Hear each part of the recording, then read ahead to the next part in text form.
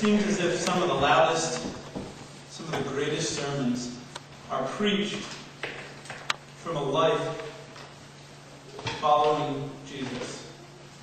A life lived following Jesus. We just heard of the first martyr. We just heard of Stephen, who followed Christ to the death. But I'm going to be speaking out of John chapter 20 today. And it's amazing to me how God is an equal opportunity employer. In a time where equal opportunity wasn't culturally or politically correct, he uses three women who share the same name, Mary.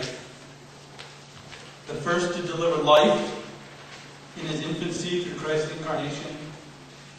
The second anointed him with expensive perfume. And the third first witnessed his resurrection. Mary, the mother of Jesus, has had a prominent role in Christian history and is recognized as highly favored of God. And the Mary of Bethany, Lazarus and Martha's sister, has been noted for choosing the better thing, to sit at the feet of Jesus. Yet we sometimes overlook the other Mary, and we sometimes get her confused with other Bible characters as well. It's Mary of Magdala, Mary Magdalene, and how she was chosen by God to be the first to witness the resurrected Christ. So let's look at how Jesus changed the life of Mary Magdalene, and how it changed how she saw Jesus. She came to the tomb that day expecting something different than what took place. And let's look at the ways that Mary Magdalene came to Jesus. I'm going to read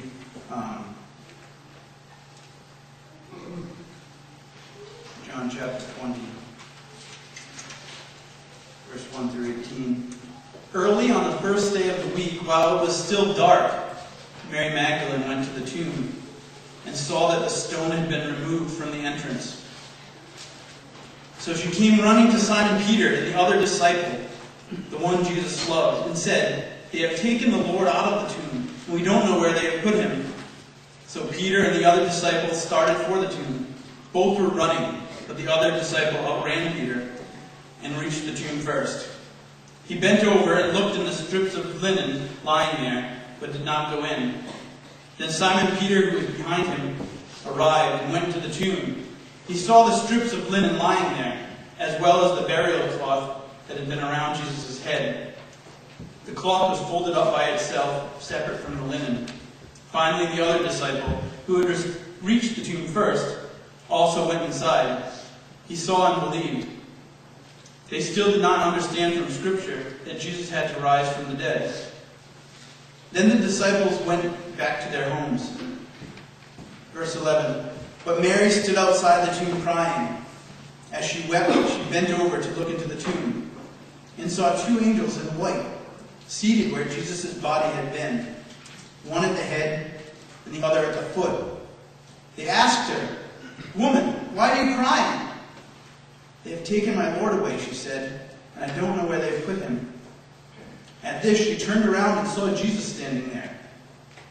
But she did not realize it was Jesus. "Woman," he said, "why are you crying?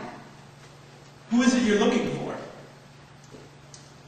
Thinking he was the gardener, she said, "Sir, if you've carried him away, tell me where you have put him, and I will get him."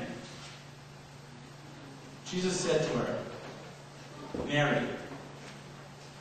She turned toward him and cried out in Aramaic, "Rabboni," which means teacher. Jesus said, "Do not hold on to me, for I have not yet returned to the Father. Go instead to my brothers and tell them, I am returning to my Father and your Father, to my God and your God." Mary Magdalene went to the disciples with the news, "I have seen the Lord." And she told them that he had said these things to her. How did Mary come? Mary came that day expecting something totally different than what happened.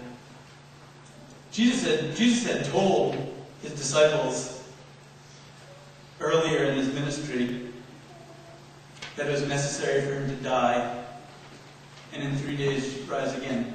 Shortly after he went to the Mount of Transfiguration, he spent time and he told them. But just as with his disciples then and his disciples today, we forget.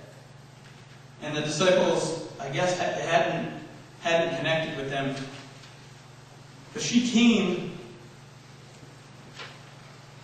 expecting something, but expecting something different. Here's a couple ways she came. She came early. In the first verse it said, the darkness of the early morning didn't stop Mary Magdalene from coming to pay tribute to her master.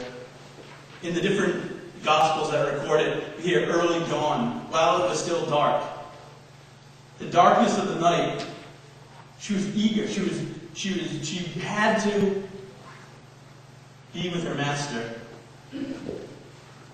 She had made preparations the night before. She was there when Joseph of Arimathea took him from the tree, took him from the cross. She was there prepared. She came early because she was eager. She was prepared to honor her friend and her master. It says we read in the 15th verse, she was so eager that when she thought it was the gardener, she said, "Sir, if you've carried him away, tell me where you have put him and I'll get him." This little woman was going to carry Jesus' body. That's pretty eager and pretty ambitious.